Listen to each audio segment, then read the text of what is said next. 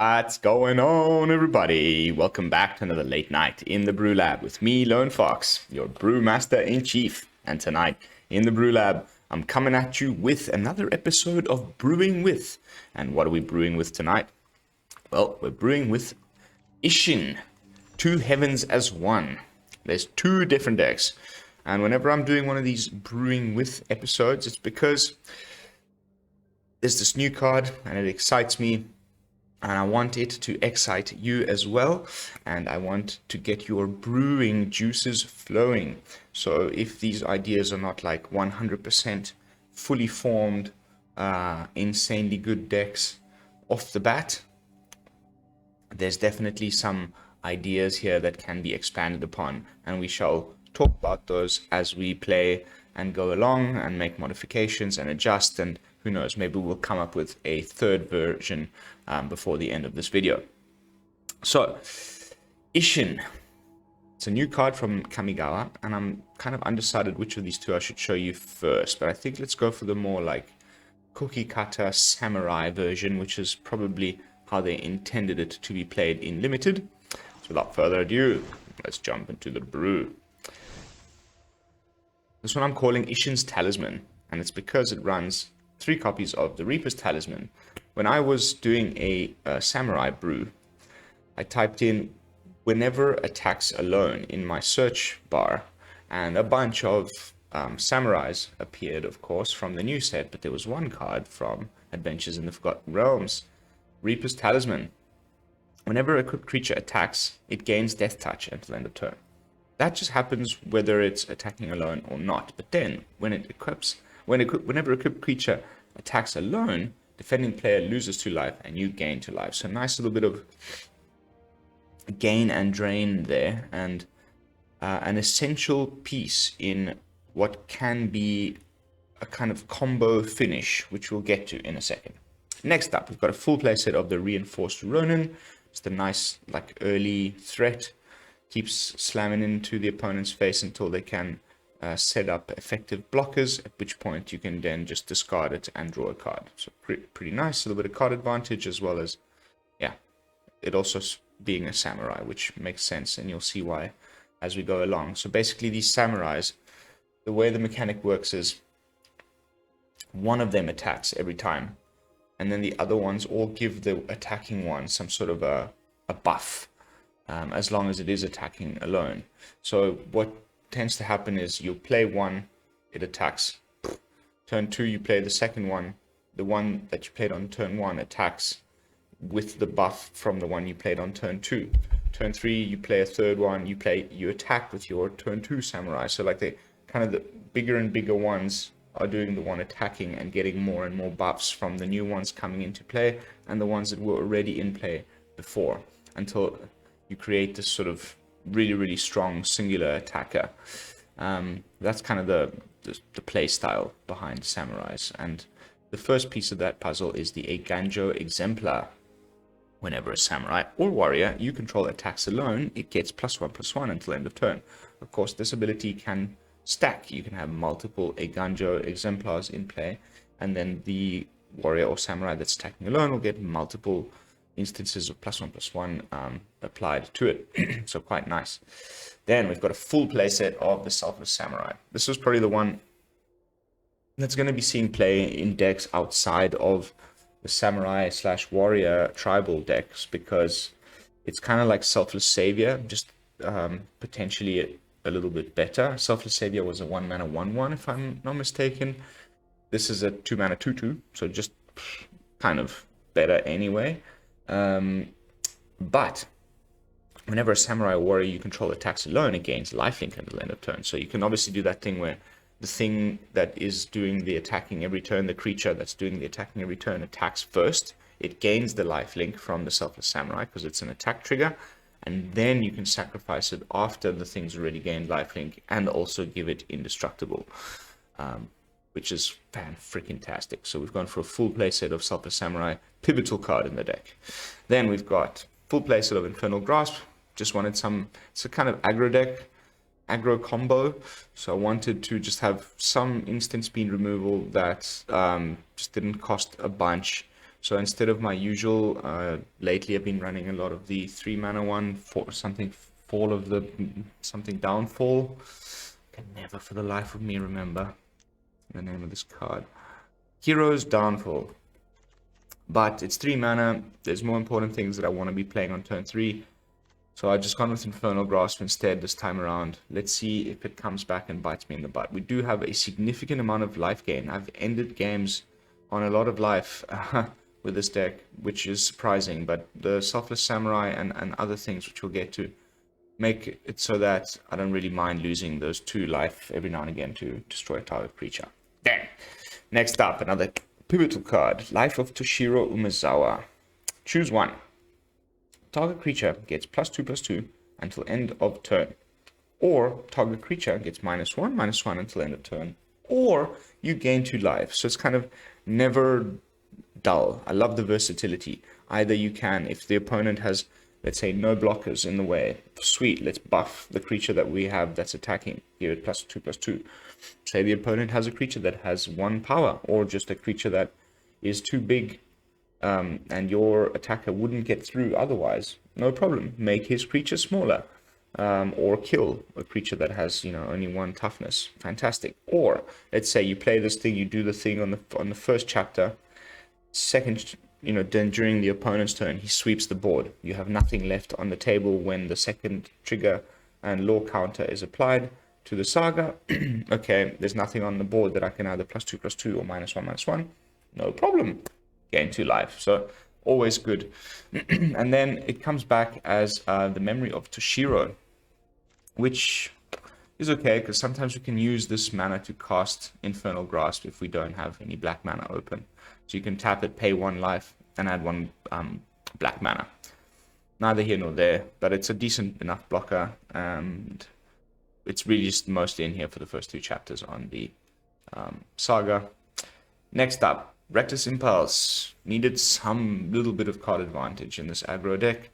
Reinforced Ronin isn't enough, so here we go. Reckless Impulse allows you to, or also known as Mini Showdown of the Skalds, allows you to exile the top 2 cards of your library, and then you may play them until your following turn.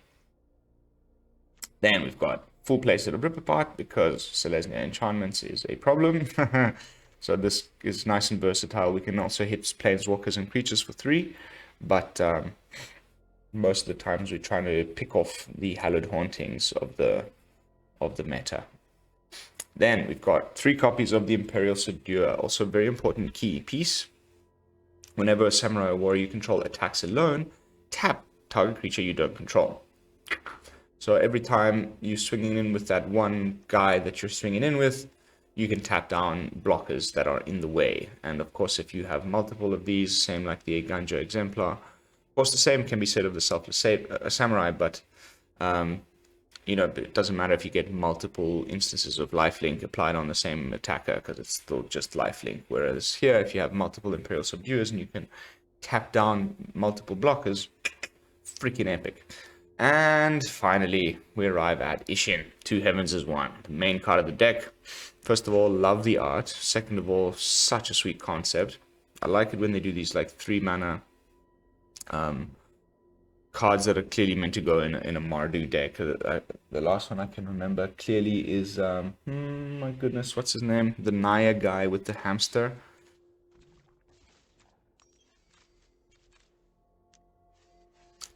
Minsk, the Beloved Ranger.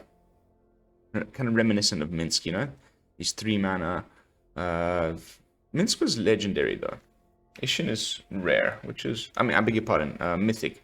Isshin is rare. Anyway, if an attacking creature causes a triggered ability of opponent you control to trigger, that ability triggers at initial time. So at first face value, when I first saw this, I was like, okay, sweet, so attack triggers. It's all just about finding creatures that have an attack in trigger.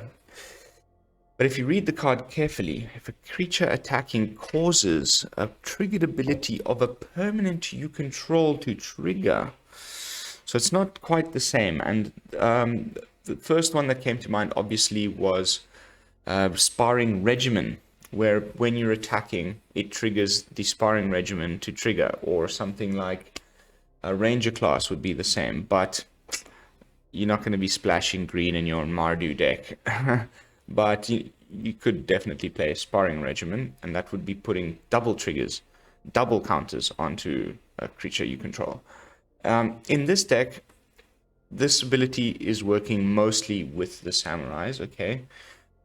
Because these are attack triggers, so you'll be getting those things happening twice. So double +1/+1 if you have 4.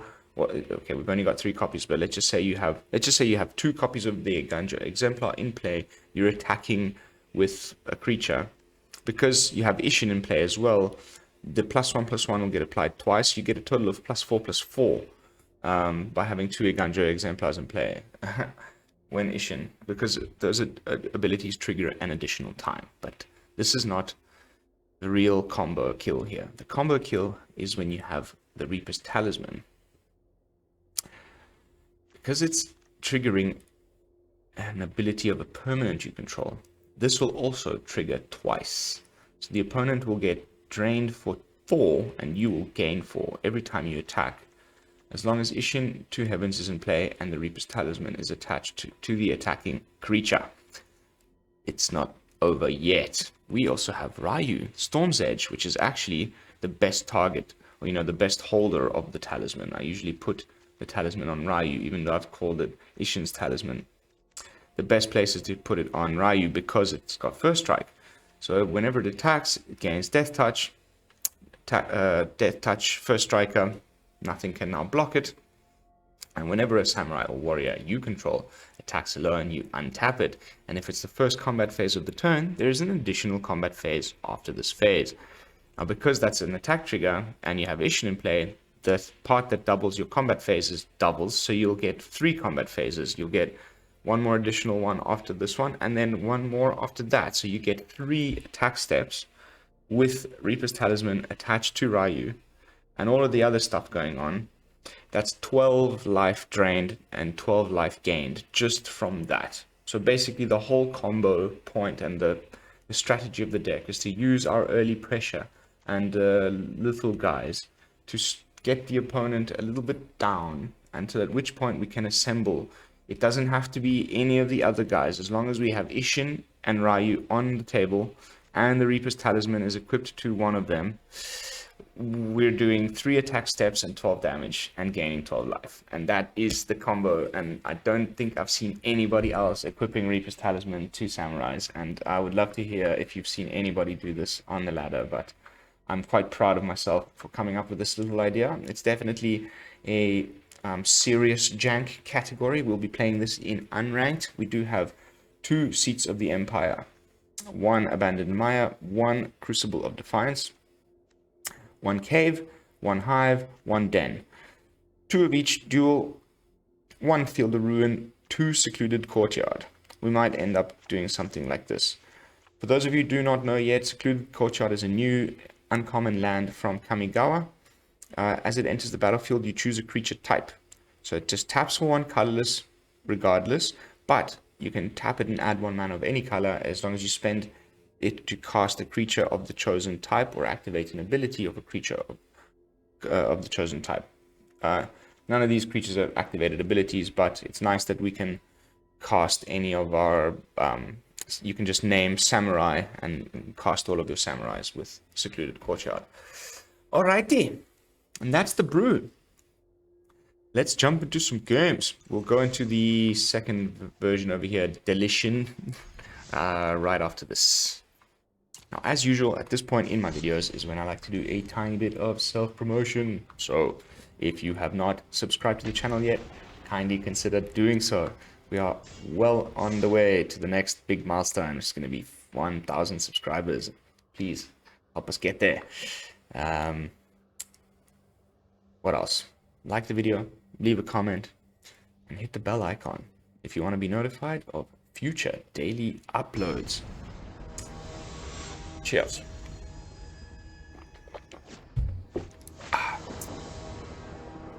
Caccio. Mr. Caccio. All right.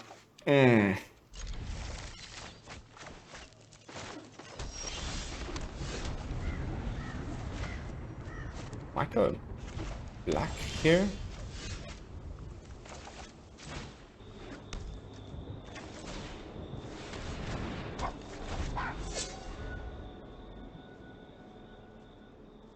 Land would be great. Preferably white or red.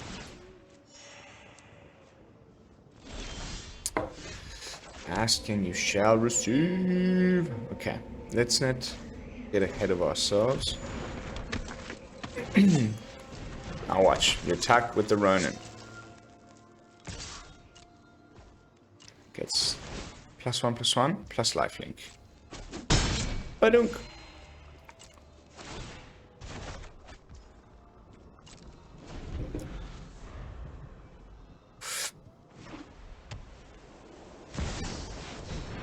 One tink. Luckily we have 4 Ripper parts in the deck.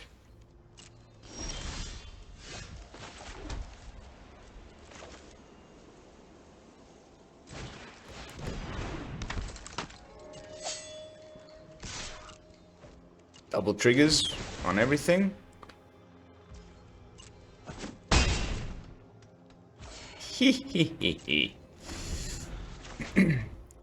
We're just missing the... Okay, second double. We can tap everything down with the Soul Imperial Subduer.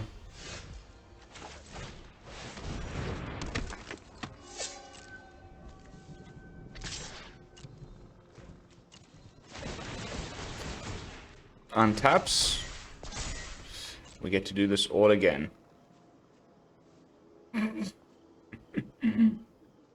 Another 2 more times.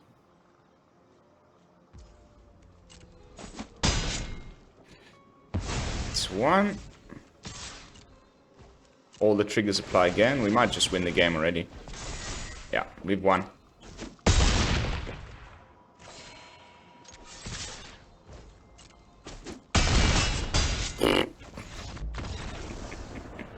It's a little bit ridiculous, and it's a pretty weak.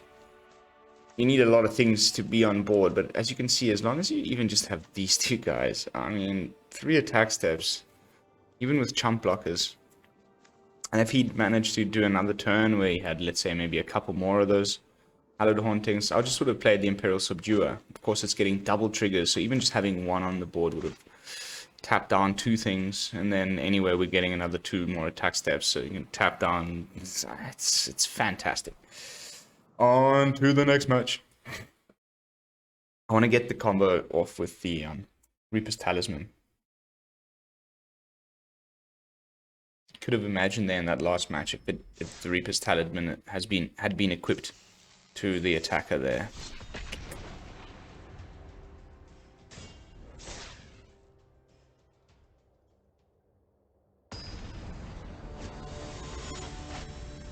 I've been working on this one for days. Unfortunately, it just isn't gonna beat Naya Humans and all the other stuff that's going on. Beg your pardon.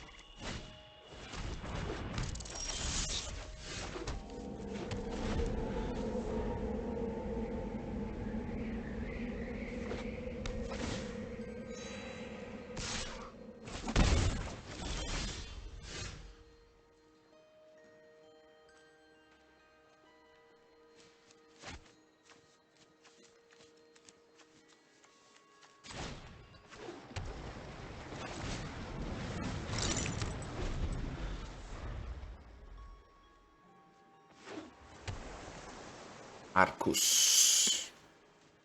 Playing Dimir. Okay. Why? Why, opponent? Why quit? These are the risks we run playing a little bit of unranked, but it's okay. I like these episodes.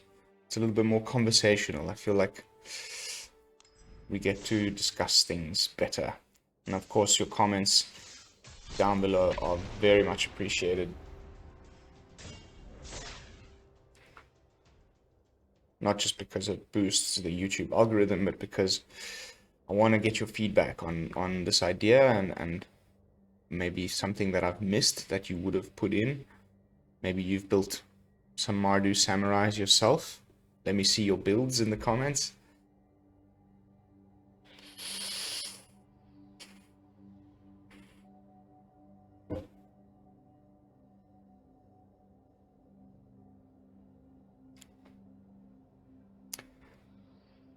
Wow, it's slower today. There we go.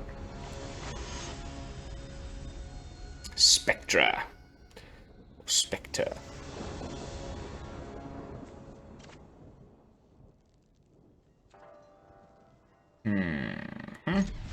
Sure.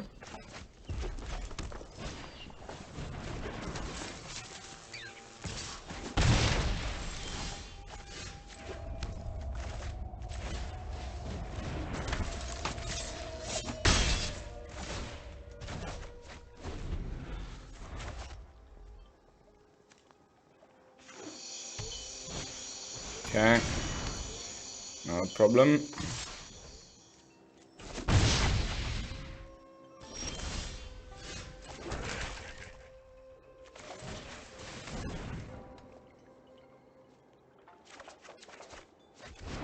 Aha!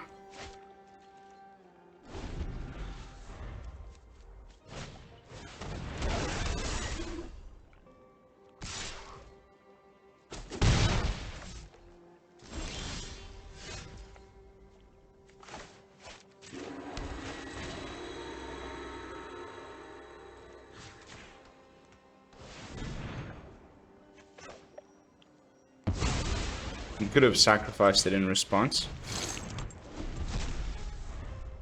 A little misplay there from the opponent.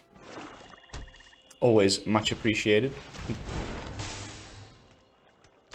Soul Ripper, huh?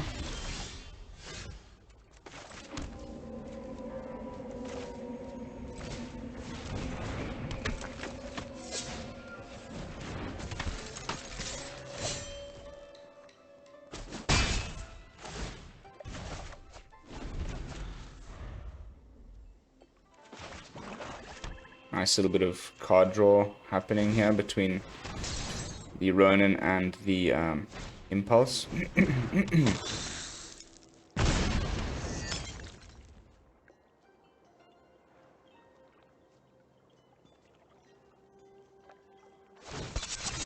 comes the Bank Buster, the Soul Ripper.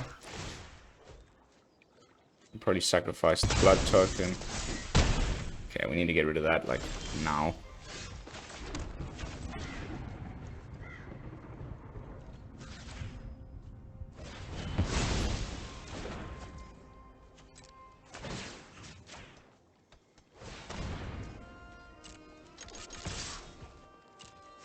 I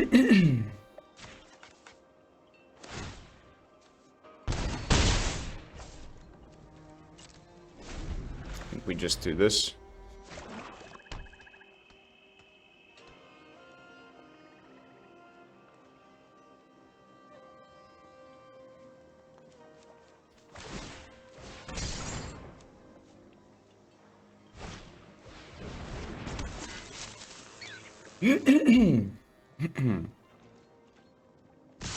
Nice. I like it when mono red type dudes just go face every turn without thinking. Samurai?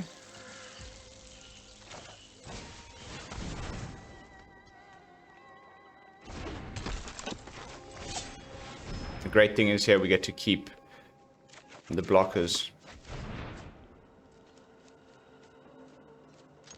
And we get the double triggers. Well, not the double triggers, but we get to do it twice.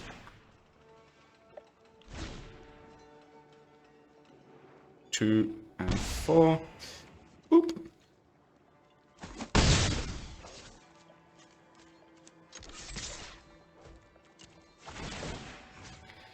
Boop.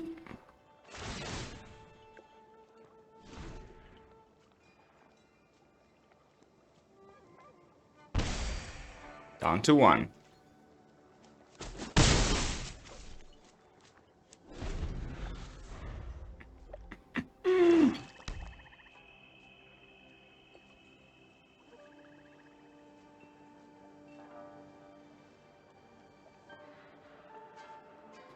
Even if you kill the Subduer, I'll just equip the Talisman onto Raiyuu and attack, and that's it. We win. Atsushi!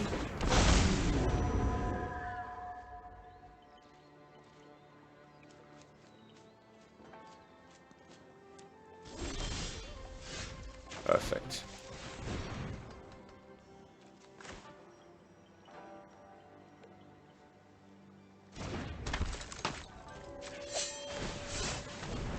Just being cheeky here and seeing if we get anything nice.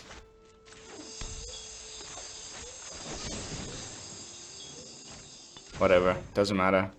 Let's just equip the Death Touch onto the first striker.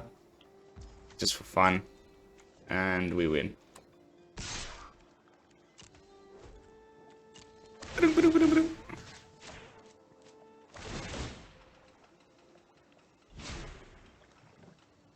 Death Touch first strike. So good. And Pseudo Vigilance. So good. Alrighty. That's brew number 1. Still didn't quite get to do, like, if Isshin had been on board as well, that would have been a much nicer win. But we're a little bit strapped for time, and I want to jump into the second brew as well, before we then start maybe adjusting things and talking about a potential third one. So brew number 2, I'm calling Del-Isshin. And if you haven't figured it out yet, it's because we're doing Isshin and Delina. Coming back. Delina the Wild Mage has another one of these. Attack triggers. Whenever Delina the Wild Mage attacks, you choose a target creature you control, then you roll a d20. If you get between 1 and 14, you create an attacking token that's a copy of that creature. Except it's not legendary, and it has exile this creature at the end of combat. So the fact that it's not legendary already just opens up like another whole deck that you could make here with like Velomachus, Lorehold maybe, but no, that wouldn't work because it would be tapped and attacking, and you only get the trigger on the Velomachus if you attack with it. But you see where I'm going. We could have legendary things coming into play. We could even pick Isshin itself as the thing to be copied whenever Delina attacks. And of course, if Delina attacks while Isshin is in play, you're going to get those triggers twice. And it's not all. Because attacking is causing... no, it's not. See, so it doesn't work in the same way as the Talisman. Delina attacking doesn't cause... although, whenever it attacks, you choose which you control, then roll a d20. Okay, so it's then roll. I don't think it works. In testing, I did try and keep an eye out for that, but there were so many triggers going on that I have a feeling it doesn't work. So what I'm trying to say is the Barbarian class goes hand in hand with Delina. For those of you who don't remember when the set came out and everybody was trying the rolling dice decks, if you would roll one or more dice, instead roll that many dice plus 1 and ignore the lowest roll. So having this in play when the whole combo goes off with Delina and Isshin is of course fantastic, because you get to re-roll your crappy draws. I was hoping that that trigger of the rolling again would trigger again because of Isshin, and you would get 3 rolls for every time, but it's not the case because it's you rolling after, unfortunately. But anyway, it's still nice to get the additional roll, and if we get this to level 2, whenever you roll 1 or more dice, target creature you control gets +2/+0 and gains menace until end of turn, which is very important, and which is why we've gone with 3 copies of Barbarian class in the deck. Then we've got 2 copies of Feigned Death, just to save Delina, save Isshin. At some point we might need that to happen. It's an essential combo piece for the deck to go off. The opponent targets it, we can save it with Feigned Death until end of turn. When target creature gains, when it dies, return it to the battlefield tapped under its owner's control with a +1/+1 counter on it, which is quite nice when you growing your Goldspan Dragon, or even just growing your Delina, who has a notoriously skinny booty. Next up, we've got some removal in the 2-drop slot. Fateful Absence, Infernal Grasp, Meathook Massacre. This just kind of ensuring that we stay alive long enough to get the combo off. So all of our 2-drops are just destroy, destroy, destroy. This does creatures and planeswalkers. This does just creatures. This is our sweeper of choice. Then we start with the card draw. We need to make as many treasures as possible and draw through our entire deck as quickly as possible until we can find the important combo pieces. And that's why I've gone with a full playset of both Seize the Spoils and Unexpected Windfall. And then we've got 3 copies of Angelfire Ignition for some life gain. Putting this on your Goldspan Dragon, of course, is targeting it, so you get the treasure just from the targeting it. So, you know, you can often double Angelfire Ignition your Goldspan in a single turn before it attacks. Freaking epic.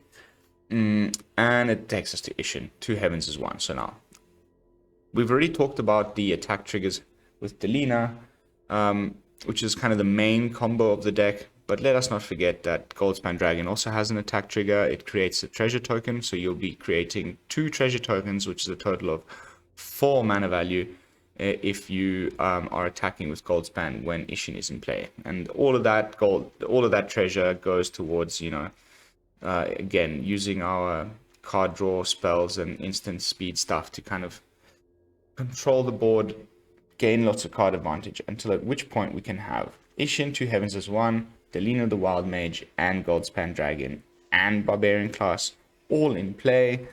You attack with Delina, you select the Goldspan Dragon, the Isshin doubles everything, and you start making some ridiculous amount of Goldspans, especially if your Barbarian class is leveled up. Maybe you even have multiple copies of Barbarian class on board, which I've had happen in testing a few times.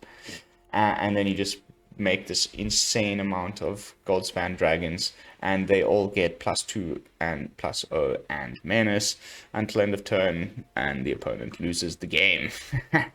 The mana base is also quite wonky here, again, with these 3 color ones.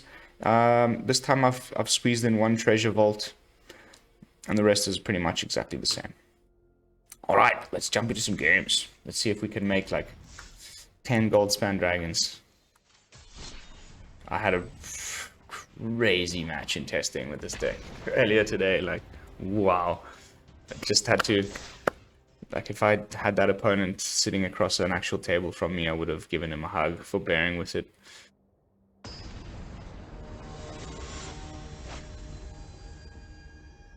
Tried 15. Triday? Tridy?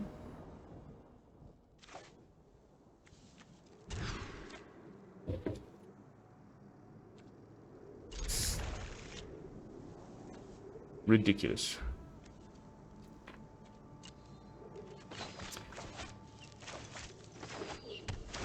Two cards with red pips in the cost. No red lands in the first opening hand. Let's keep this for the Valkyrie that's about to hit the board.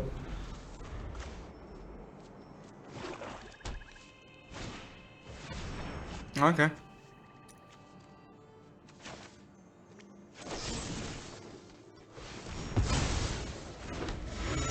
Please give me red.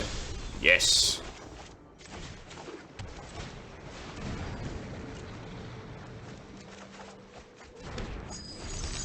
Nice. Also, the treasures really help us get to a quick Meatuk Massacre in these situations. Still no righteous Valkyrie.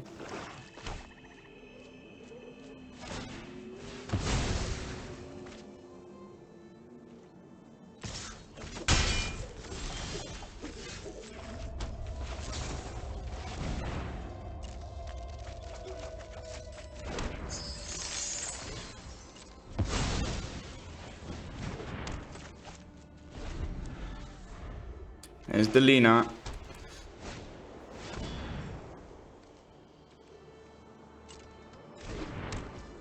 Okay.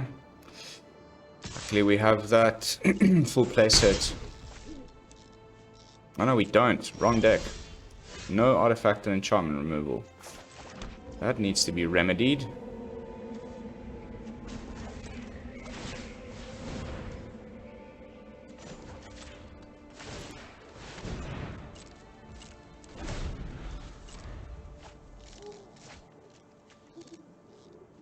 That's a bit annoying.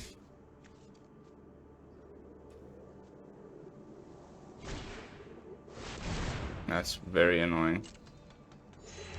But it's also not a problem.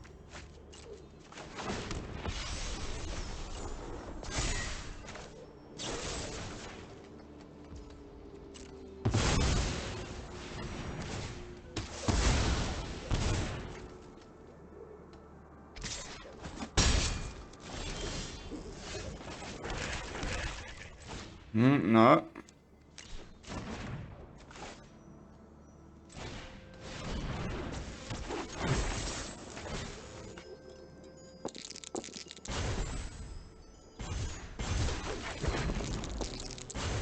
I need 2 copies.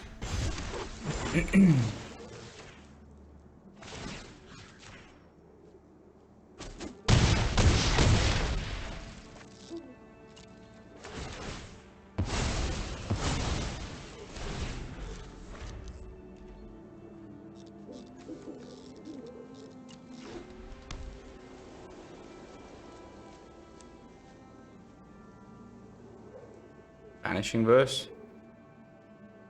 Woo! Please don't have it.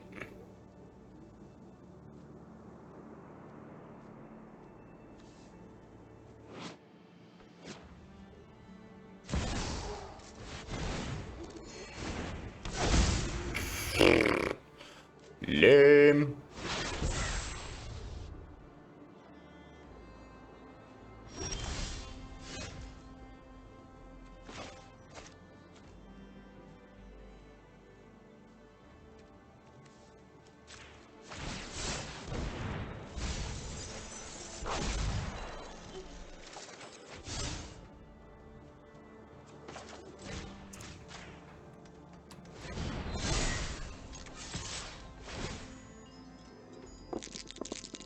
Oh, this might just win the game by itself.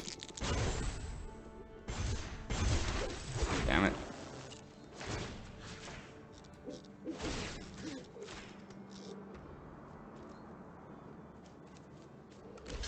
Cool thing is we can kill one of the tokens because of the Valkyrie instead of picking actually Delina herself.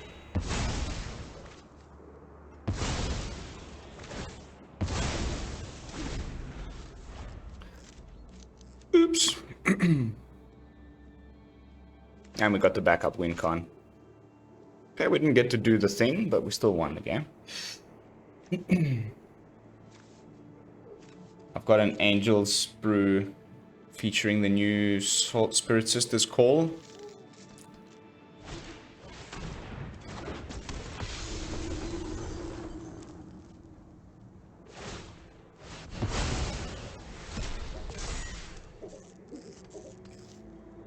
Sure.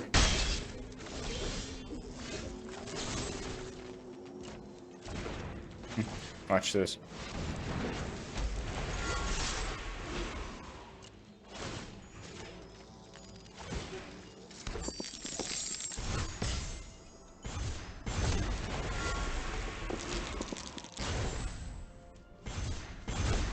He thinks he's not going to lose the game because of the token. But we've got the mana.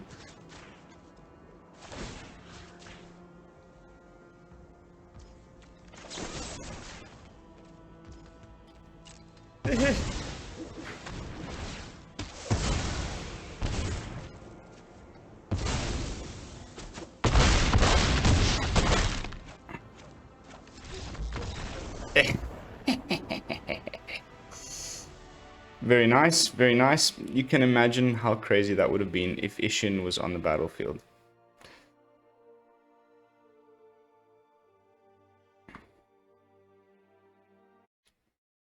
Okay, we've reached 39-minute mark. I have a feeling that this is probably going to be the final match of the night. So let's try and assemble the combo before we jump back into tonight's decks and talk about them a little bit.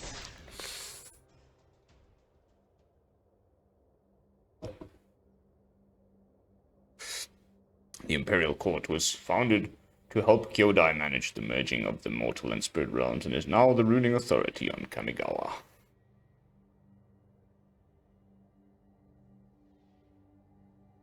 Yeah, I wish they would do this with lands. So you could have a default land that you pick. You want that land in every deck that you make. No, we have to see like every single land ever made in Arena and scroll through all of them every single time. Such a simple little edit to the program that like would make everybody happy.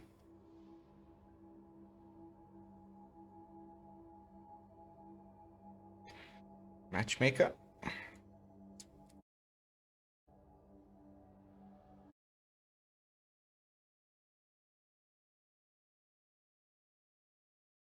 It's the game. Maybe I get one of those like draw matches.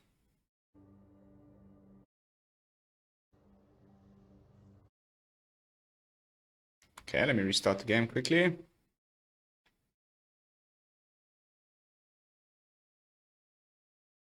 Riveting content, I know. Terribly sorry, guys. I wonder what happened there. We all know the shenanigans the Arena client can get up to.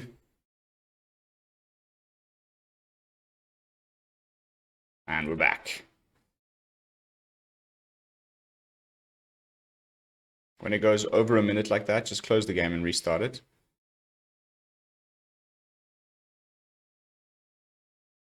I think what essentially is happening is that your request to the server timed out.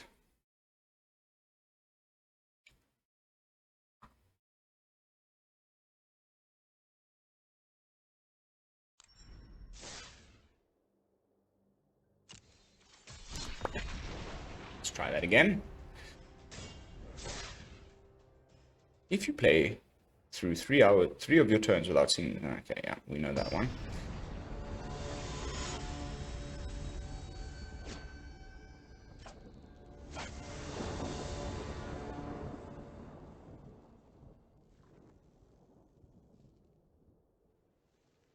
Sure.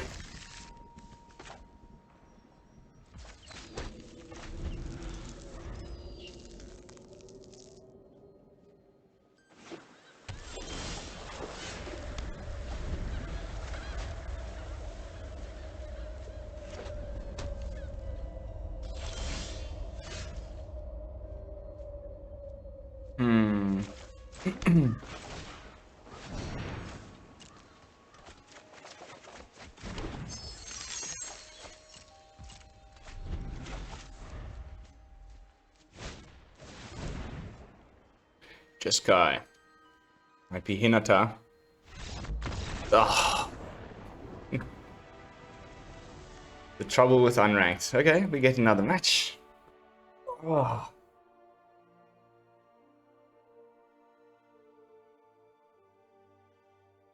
I'm almost there with the editing, guys. I'm still kind of like picking favorite transitions to put between games and things like that.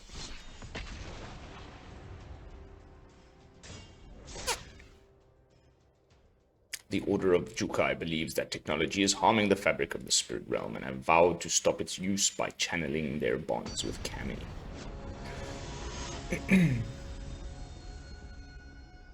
AKA Mana. Mana!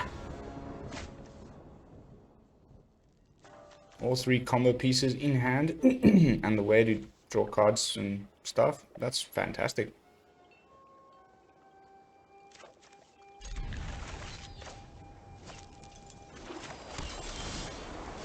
Let's go black, white, red.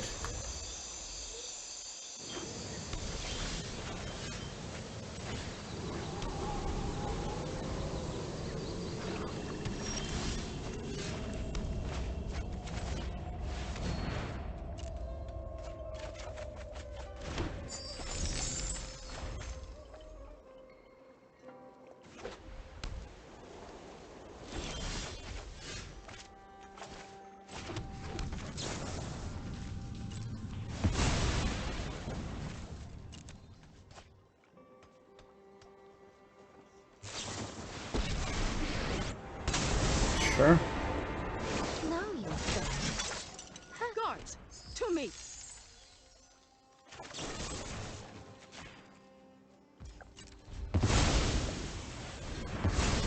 Our swords will cross again.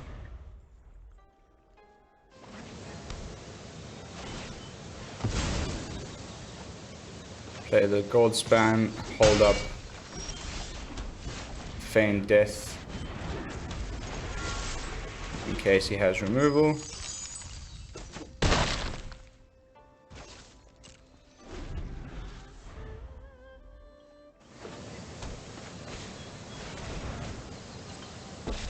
It's a little bit annoying. I will show you what happens when the spiders do what I demand.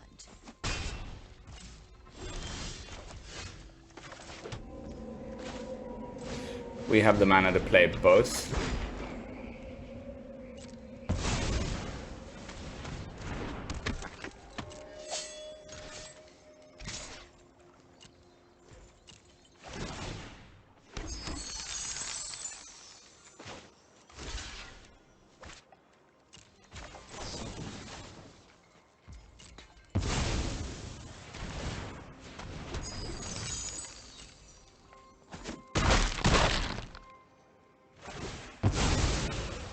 Coming back.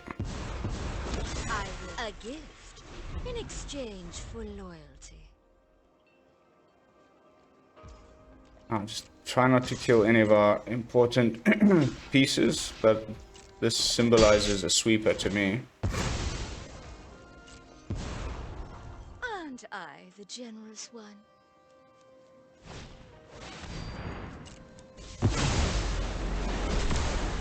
Why? Why?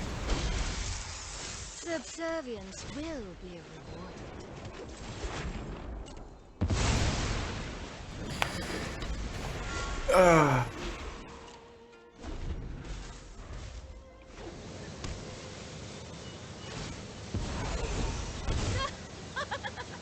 My hatred lives.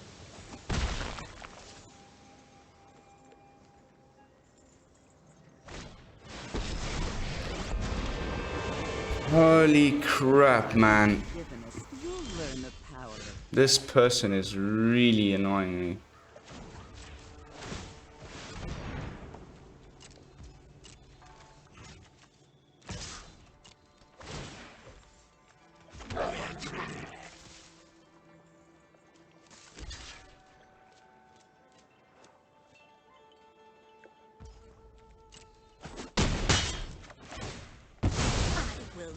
cry like a meek little thing.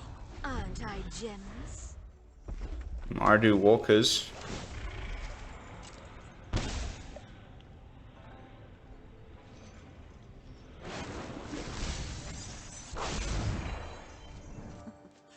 Never thought I'd miss the library. Okay, we're not gonna win this one. Too much control. Pity.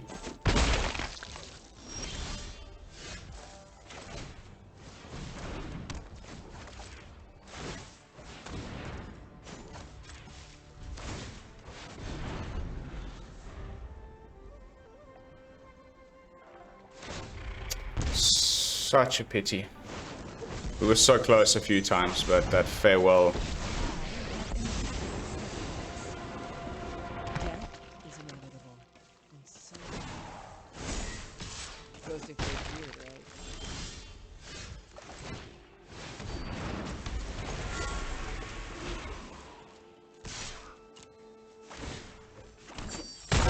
Well, this situation's getting messy.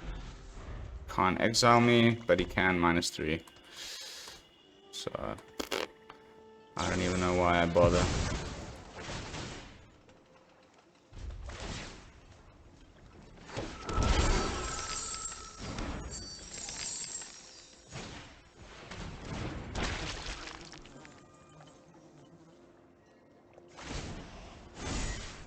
Don't worry, I got you.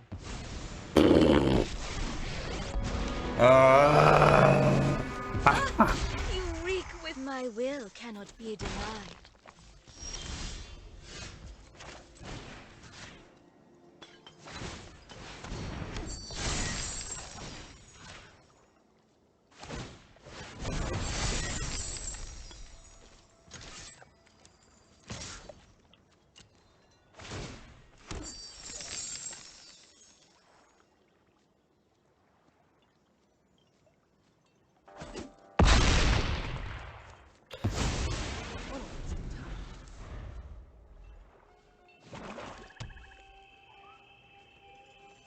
Nice. 3? No, still not.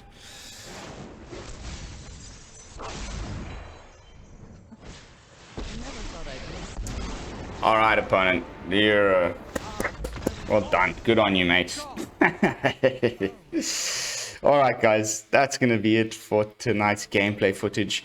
But we did get the wins off a few times. Didn't quite do the thing exactly perfectly, but it doesn't matter. The decks are there for you guys to copy and enjoy, and that is, after all the channel is trying to do. Get your brewing juices a-flowing. So Isshin's,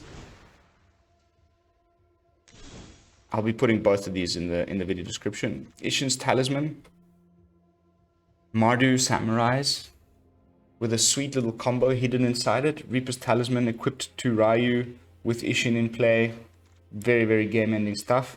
This is probably the more consistent, reliable, well-built of the three.